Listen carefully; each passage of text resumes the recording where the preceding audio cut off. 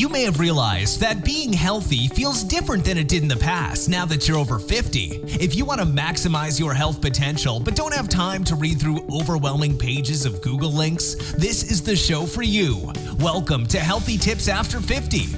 We love doing the research, finding solutions, talking to health experts, and learning what works and what doesn't. Now, your host. She spent the last 25 years dedicated to feeling her best and is here to share her best findings with you, Susan Rosen.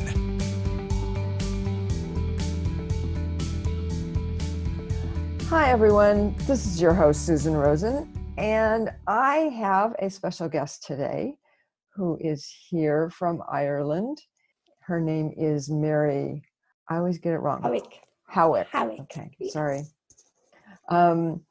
And Mary has had a very interesting life.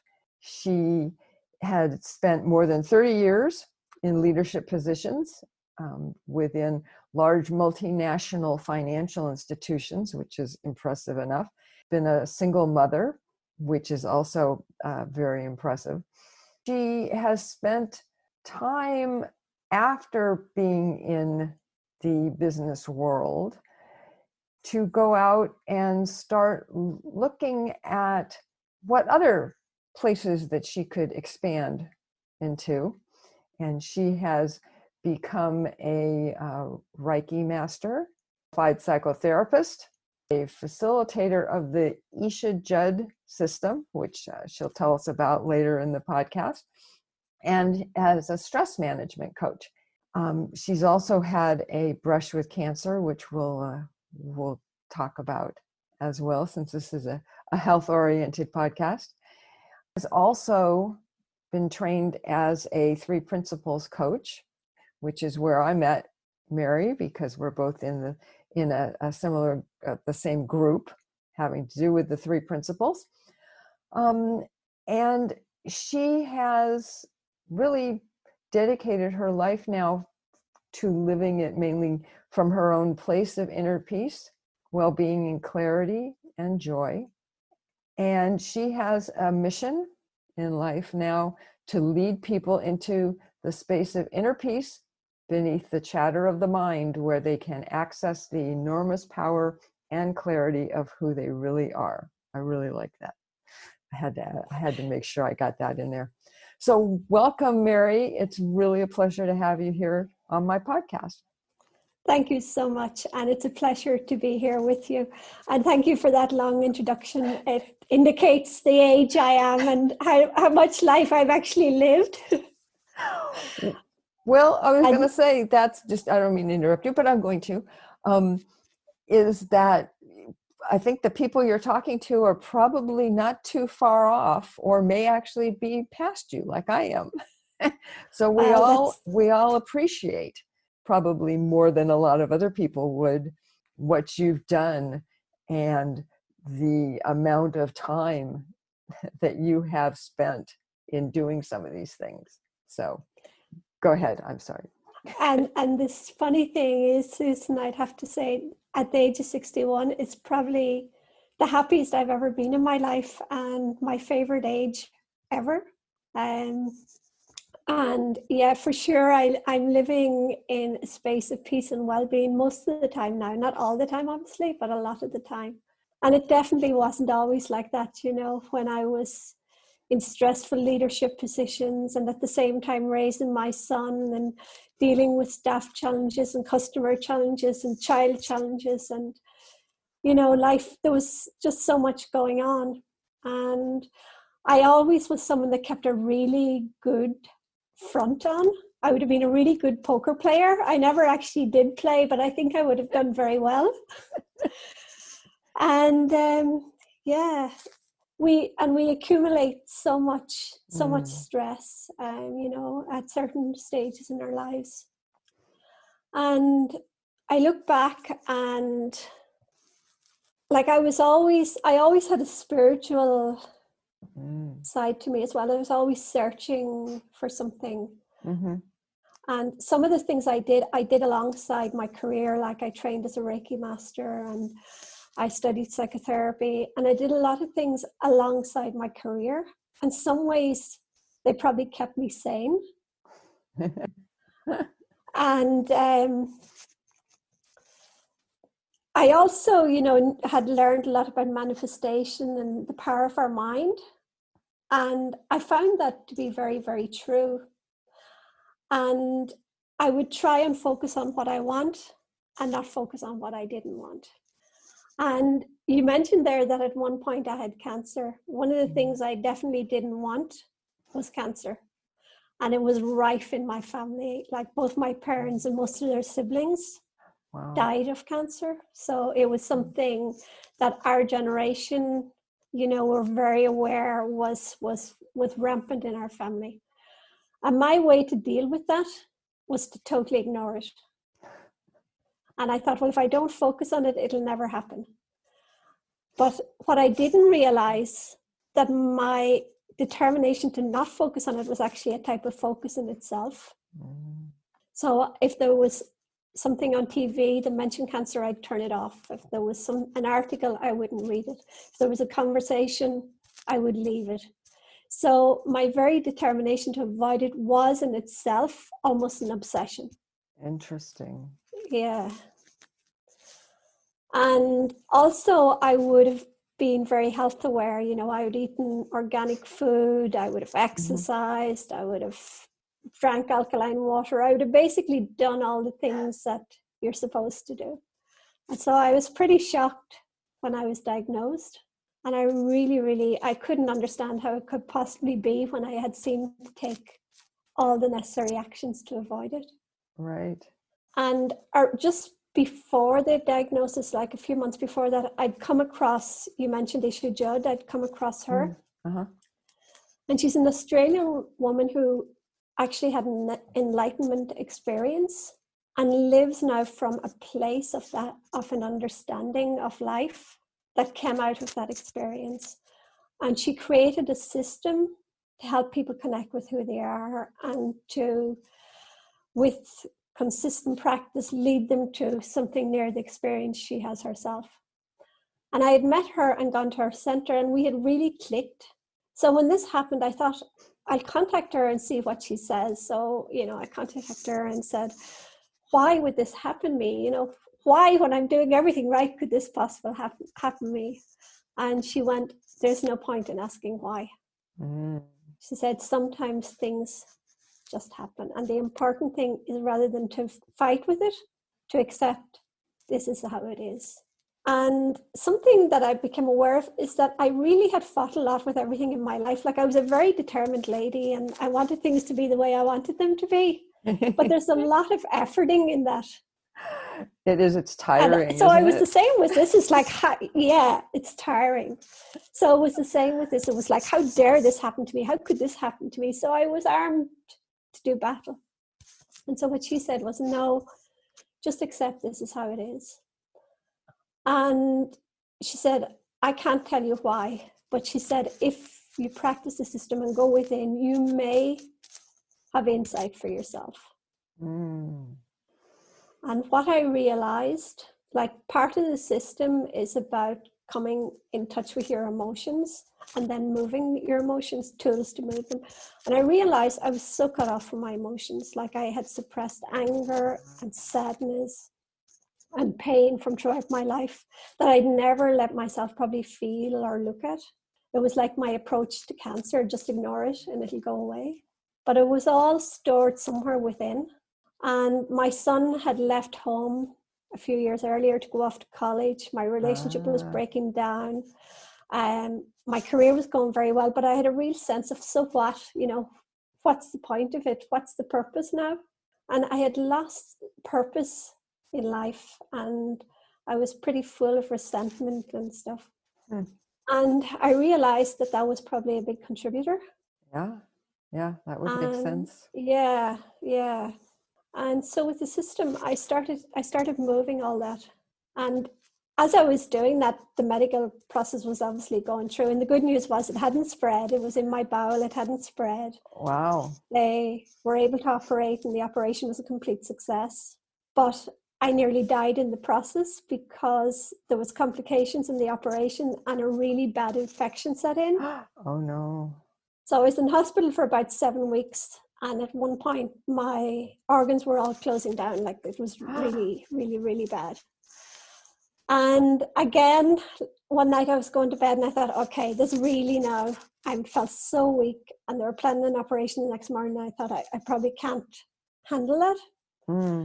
And I sent a message again to Isha, and she came back to me and she said, Mary, surrender, completely surrender, stop fighting, give up, surrender to whatever happens. And amazingly enough, I did. Probably as a result of her energy and the calm that she brought, I did actually surrender and fall asleep. Yeah. And the next day, the consultant came in and he said, Mary, I don't know what's happened with your immune system, but it suddenly just kicked in. And he said, when it kicks in, my God, it kicks in. He says, your bloods have totally changed and we're not going to operate. And you're going to be fine. You're going to be fine. We'll just keep you on antibiotics and you'll be fine. Wow. Oh my God. And so after that, I just said, well, I went back into corporate and I was going, I can't do this anymore. Yeah. And so I retired because I was old enough to retire happily. And I went off to Uruguay to Isha's center, and I spent 2 years in Uruguay and a year in Mexico working with her. Wow. Yeah. And it was amazing. Yeah. Yeah. That must have been, boy. Tell us a little bit about that, and what you were doing. I mean, what kinds of practices and kinds of things. So the actual system itself, it's based around, they're like meditation, but it's not really meditation because it's geared to bringing you into contact with your inner self so that you have that throughout the day. Whereas often with meditation, it's something you do and then you leave it when you walk around. Right. But this is more to access who you really are and to bring that into the day. And then alongside that, there's a set of tools for dealing with and handling your emotions. And so what I was doing in the center was a combination of helping run the center, practically cooking and cleaning and so on. And then also working with students, running groups, supporting people one-to-one. And it was amazing, seeing people coming in with all kinds of life circumstances. And South America, some of the stuff coming in and some of the things people have gone through were quite horrific. But watching them transform over a period of time and then leave again. So it was really, a privilege to have that time and have the opportunity to actually go and be there. But then I started to crave coming back to Ireland. There's something about your friends and your family, and especially if you have a son, I just wanted to come home again. Yes, and so I'm sure. So I came back, and I came back then, and I teach the system, the actual Isha Judd system, but I was looking for something else to do as well, and then I discovered Jamie Smart in London and the work of Sydney Banks, as you know. Yes. And Sydney is also this incredibly enlightened, wise man who brought such wisdom to earth. Yes. I totally agree. Yeah. And that, it's one of those things. I mean, luckily there are tapes and things of him talking and the books that he wrote, and there are a lot of people who knew him, but boy, wouldn't that have been an experience to have been able to hear him live. That just would have been truly mind-changing. And Susan, I even find when I listen to his stuff out on YouTube that it touches me, and I get insights just listening to him, even online. But I can imagine in person how incredible it would have been. Yeah. Although from what I understand, I mean, the electricity of it comes through, like you say. I mean, I think everybody gets touched by it, but it's still, you always think, in person it would have been even better. And, maybe that's us putting that onto it, and but I think it's not necessarily true, right? I think you're absolutely right. Also, what I have realized through the training I've done with Jamie Yeah. in the 3 principles and in what I did with Isha in Uruguay and Mexico is that there really is this source that's just common to everyone and everything. So like it makes sense to me that it doesn't matter if the person's in Mexico and I'm here. It doesn't matter if the person spoke in the past and I'm in the year 2020. It's like this one, and Sydney Banks would call it the mind. Right. That's consistently there, and there's we have access to everything from that space, and so we can get touched. We can get touched by something Sydney said 20 years ago. Yeah, exactly. It's it's I think, interestingly, thinking about it, that actually you can see all of the lineage isn't the right word, more of a line, actual line between and across all of the different spiritual practices that are out there, over the last couple hundred years, really. And the people who really, even like you were talking about meditation, when you look at somebody, say, like the Dalai Lama, okay, the meditation has done that for him, right? Maybe the rest of us may not have gotten to the same, as deep of a place, but then we haven't really spent our lives to that same degree. Because I know that I got a lot of that just from the Buddhist meditation and the sesshin and practices, and when just sitting there and you're not talking and the same thing as you were saying that you were doing, cleaning and cooking and all of that at the Zendo. And I just think it's so interesting because you can go to all of these different cultures and they all have their own spiritual traditions. They call it something different, but at base, most of them all have the same kinds of practices and the same kinds of mindset. And the thing I find a little bit different about Sydney Banks's, about the 3 principles, is that it's built around actually taking it out into your life, into your daily life. Whereas a lot of the others actually are starting to teach more of that now. But for a long time it wasn't. It was, if you're in the Zendo, you're supposed to walk out with it and take it with you. But it's so easy, especially if you're working or whatever, to get in there and it doesn't, all of a sudden you're in that. And all of the other is kind of behind you. When you go home, maybe you get back in it, but when you're at work, it's like a whole different, because I know I had that a lot too.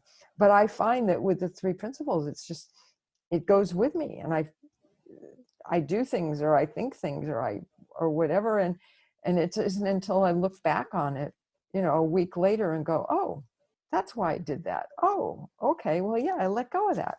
That's amazing. kind of thing. I love everything you said there, and I totally agree about, it's like with the 3 principles, you see something differently, and you don't, like, for me, often I don't even realize that something has changed.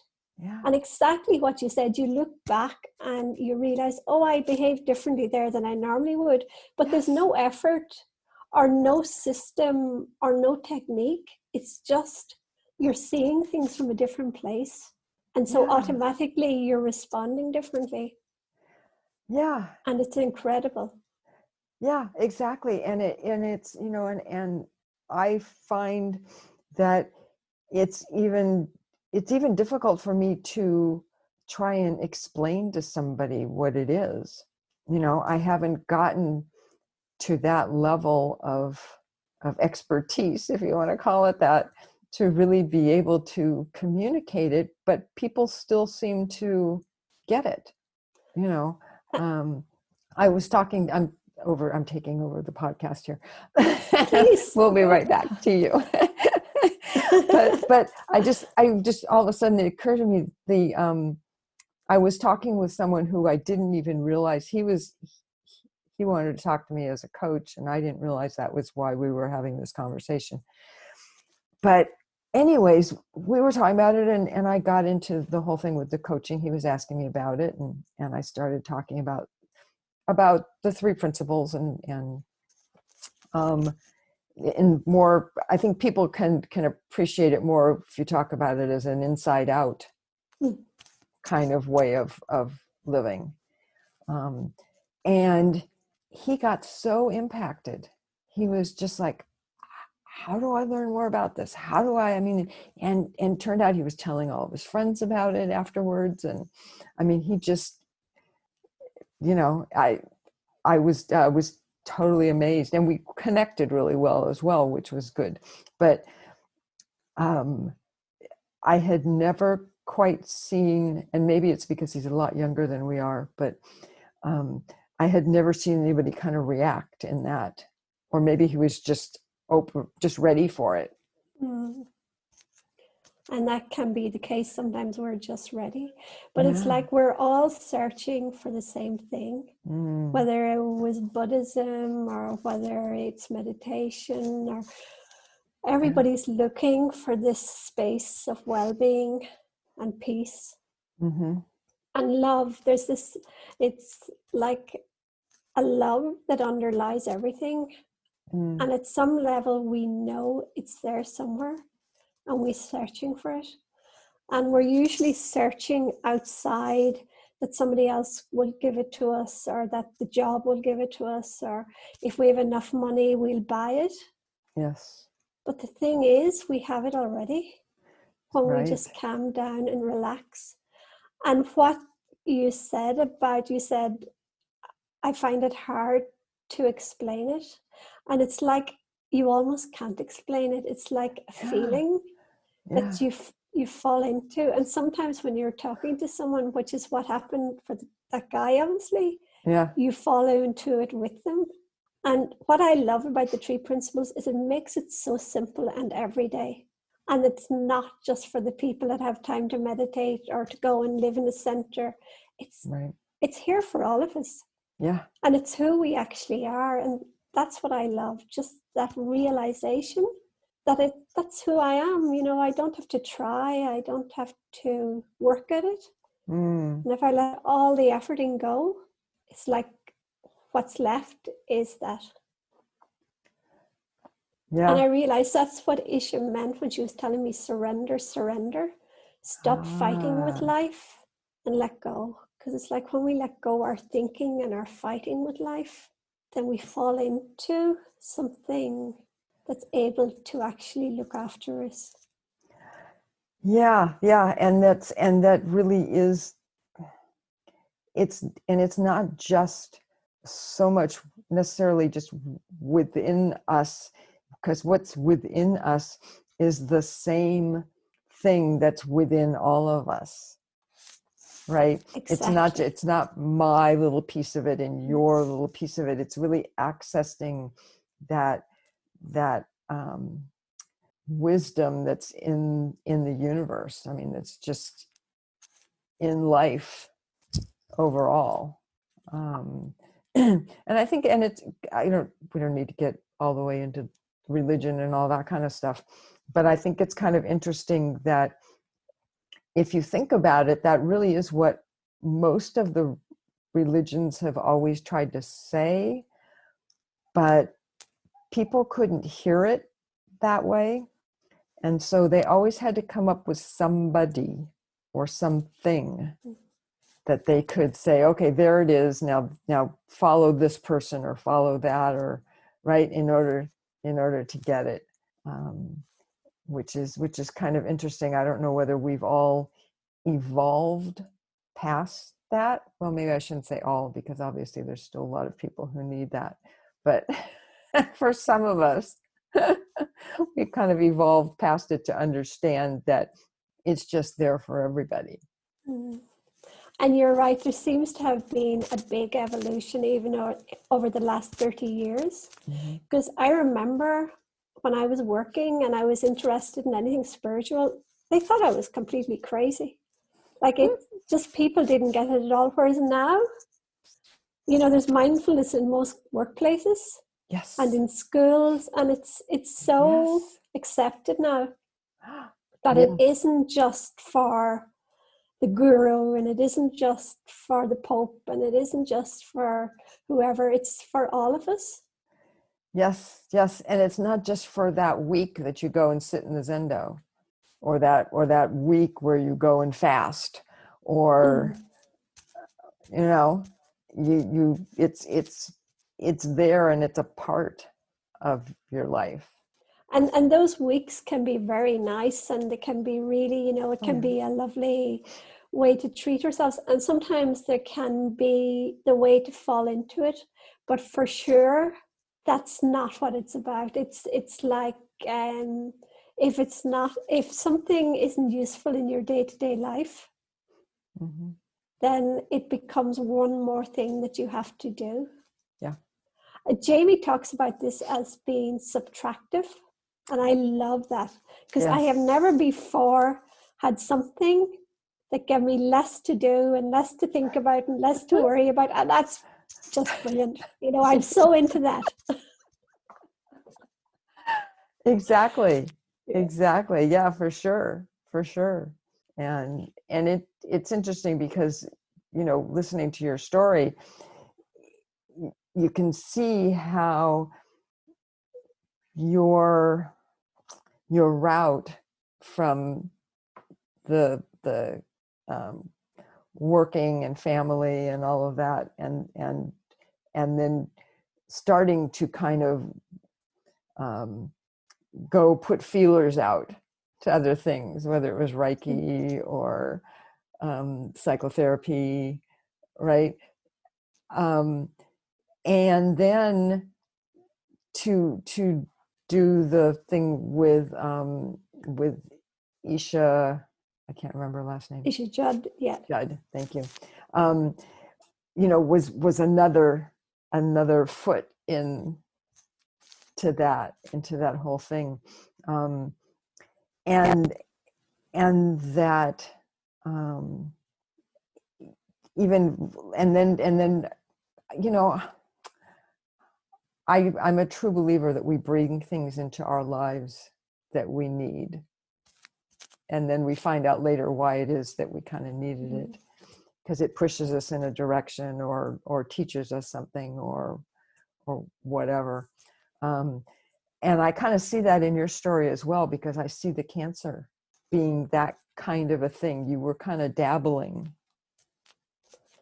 and the cancer, you just, you know, kind of said, okay, no, you got to go full in on this. You know, I'm so grateful for that cancer, because it has totally shifted the course of my life. And I feel I'm much more authentically myself now than the act of being the professional lady that nothing ever bothered. Yeah. And like, I see it as a gift from life. It taught me something else as well that's of so much value to me. And that is that things are never actually as bad as what we fear they're going to be. And I've also heard that spoken about in the 3 principles. Really, we always have everything we need to deal with whatever's happening in the moment. But when we're obsessing about things in the future, we never build into our thinking the resilience that we have, the wisdom that will come, and the support that will be available to us at the time. And I feel like, you know, someday I am going to die of something. Well, yeah, kind of. But I think we're all going to probably. Yeah. But it's like I have absolutely no fear, because I know whatever happens in my life, I'll deal with it at the time. And I'm not going to waste 1 second of my valuable life worrying about something that may or may not happen out in the future. But it's a different now. It's not like I'm not going to think about it. I'm not going to read about it. It's like, no, it doesn't, it's not going, I don't care. I can read about it. I can listen to it. I can sit with somebody and be there for them. But it doesn't mean I'm going to worry and fret for myself, because I totally know that I'll be looked after at the time, that I'll cope, and that it will be okay, because we always actually are. Yes. Yes. Like when we look back at all the things we've worried about. Oh, yes. And now we can't even remember what they were. Yeah, exactly. Well, that has to do with age, huh? Yeah. It can be very useful sometimes.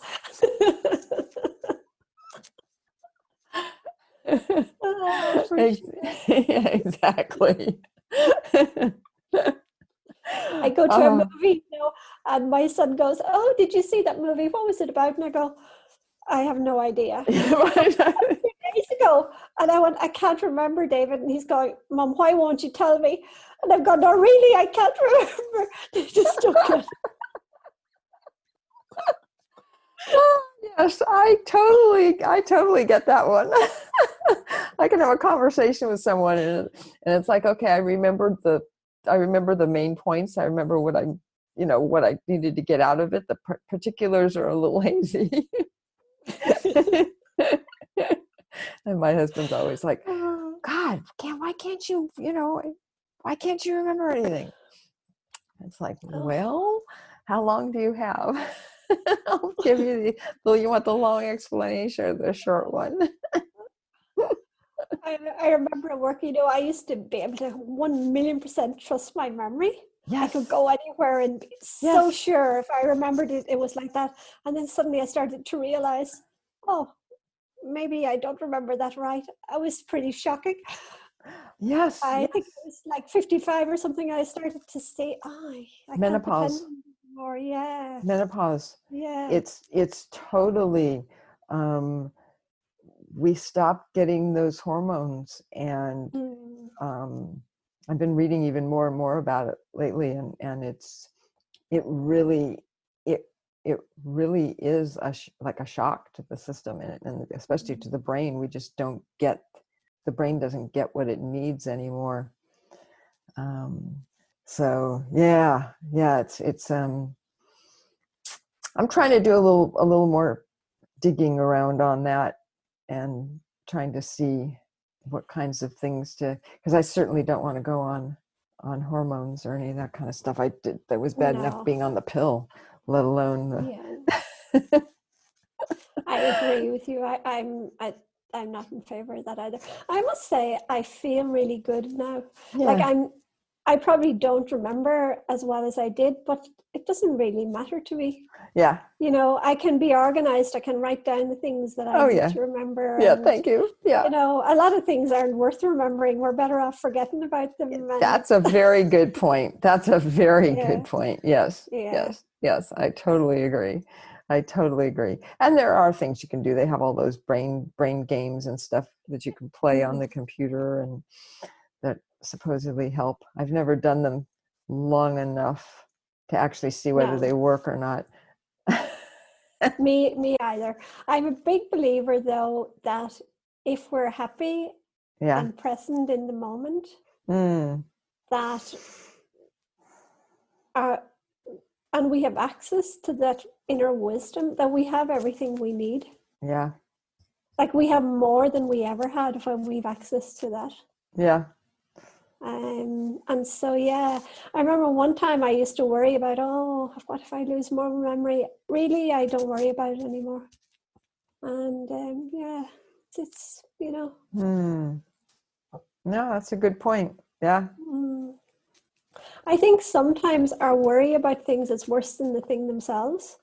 Oh, that's always. I know for me, when I started noticing that my memory wasn't as good as it was, I really was freaking out initially. Whereas now it's like, but it's okay, everything I need to know, I know. Yeah, I still can get home. I still find my keys. Yeah, and if I've forgotten the row I had with my neighbor 3 years ago, hey, goodbye, no problem. Exactly. There you go. Yeah, yeah. Oh, exactly. So, okay, well, we have covered a lot of material, I think, Yes, we given have. It's people a lot been, of things to think about. Um, so, is there, I don't know, is there anything else that you'd like to talk about, or, to say, and kind of wrap this up in the next, 5-10 minutes or whatever? well, as you said, I think we did cover a lot of ground. Mm. And I suppose if there's one thing that I'd want to say is that life is really simple. Mm. And I look back and I realize how much I complicated it, trying to be better than I thought I was, trying to pretend I was what I wasn't, rather than knowing that, I was always okay just as I was. And that it was okay to be vulnerable, and it was okay sometimes to be angry, and it was okay sometimes to be sad. It was okay sometimes to not know what to do. And I never knew that. I thought, that you had to be a certain way. I thought that I wasn't good enough and that I had to pretend to be more. And it's like now I've fallen back into who I am, and I feel very comfortable in me. Uh, And the interesting thing is the world hasn't fallen apart. And I realized nobody else was actually judging me, just me. Right. Yeah. And that really we make up the rules. Like we can be any way we want to be, and the world accepts it. Yeah. It was in my own head. Everything was in my own head. Yeah. Yeah. Yeah. Yeah. And it's not only just the rules. I mean, we make up our lives, We do. Totally. And one of the things that I've learned that is really, I don't know, it's just made a big impression on me, which is that we all see and hear everything differently. So, if I go to the supermarket and I see something, then somebody else is there and they see that. Let's say somebody falls or somebody tries to steal something or whatever, right? And people come in and ask the other person and ask me for my version of the story. It really is my version and her version. And when they've done tests on this, they've done experiments on it, doing that, where they have videotaped something and then asked, 5 or 6 different people who watched it, what happened. None of them got it right. Not one. And so that's why they say, eyewitnesses are totally unreliable. Because we all see literally through our own eyes. And we change it. And the brain changes it. So, and it just, yeah, sorry. Go ahead. No, that's all right. Go ahead. No, it just shows how little sense there is in trying to convince someone else of something we think is true. Yes. So many rows and arguments, and really both people have different perceptions of the event, and that's okay. And actually, one of the lovely things I got out of the training with Jamie is to be curious about why the other person sees it as they do. So rather than trying to convince them that you're right and they're wrong, it's more go in and see why. How do they see it like that? And that's really fun. Yeah. It's a really fun thing to do. No, that makes a lot of sense. Yeah. Like even in relationships, suddenly, rather than arguing over something, it's just to be curious. And then the other person feels so heard. It's lovely. Yeah. Like that was one thing that I really loved from the training. Okay. I'll have to remember that. Usually I just say, yeah, we're seeing it differently. And then I, never mind. Well, I guess that works too. It's where you're trying to beat them into submission that isn't so useful. Yeah, exactly. Well, there's always that time when they'll say, oh, well, well, you said you were going to do da da da da. And it's like, I don't remember saying that. I don't remember, agreeing to that. It's like, no, I know you did. That's what you said. Well, that's interesting because I don't remember that. So, yeah. Well, I guess that's one other way, as we were saying, that where not having as good a memory is a very good excuse for a lot of things now. It is, yeah. Even though I've let myself off the hook on consistency, I now allow myself to think one way one day and think differently another day. Whereas before I would have been very rigid. I would be like, if that's how I'm seen, I'm never going to change from that. Yeah. Whereas now I go, yeah, I thought that was a good idea back then, but now I don't think it is, because so it's okay. It's okay to not be totally consistent forevermore. Yes, exactly. It's so much more fun this way. Yeah, really. Yeah. And kind of zig and zag instead of going this way, even when you're falling off a cliff. Yeah, if I was to use one word to summarize what I've gained, I'd say it's freedom. Freedom from having to be any certain way. Yeah. Oh no, absolutely. And I think I really think too that the experience you had with the cancer was just so transformative. Yeah. And it allowed you to do all of these things and see all these things fresh. Yes, for sure. It kind of was like a reset button on my life. Yeah. What I thought would be the worst thing in the world turned out to be one of the greatest gifts in my life. Yeah, that's true. Wow. Well, I think that's probably a good place to wrap this up. So, I really enjoyed talking to you, Susan. Hey, lovely. You beat me to it. I was just going to thank you for a wonderful conversation, and I'm very happy that you agreed to come on my podcast. Thank you very much for having me on. Yes. So I'm going to add my little ending here that I always have, which is that I am not a doctor, and this is not medical advice. And if you are having any kind of medical issues, please go see your doctor or the emergency room if it really is an emergency.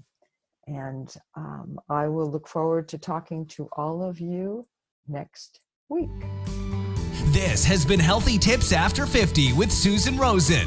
To stay on the cutting edge of the most effective health strategies, subscribe to this podcast and let us know what you thought of the show with a comment or like on iTunes. Visit healthytipsafter50.com for this episode's show notes, more resources, and free offers.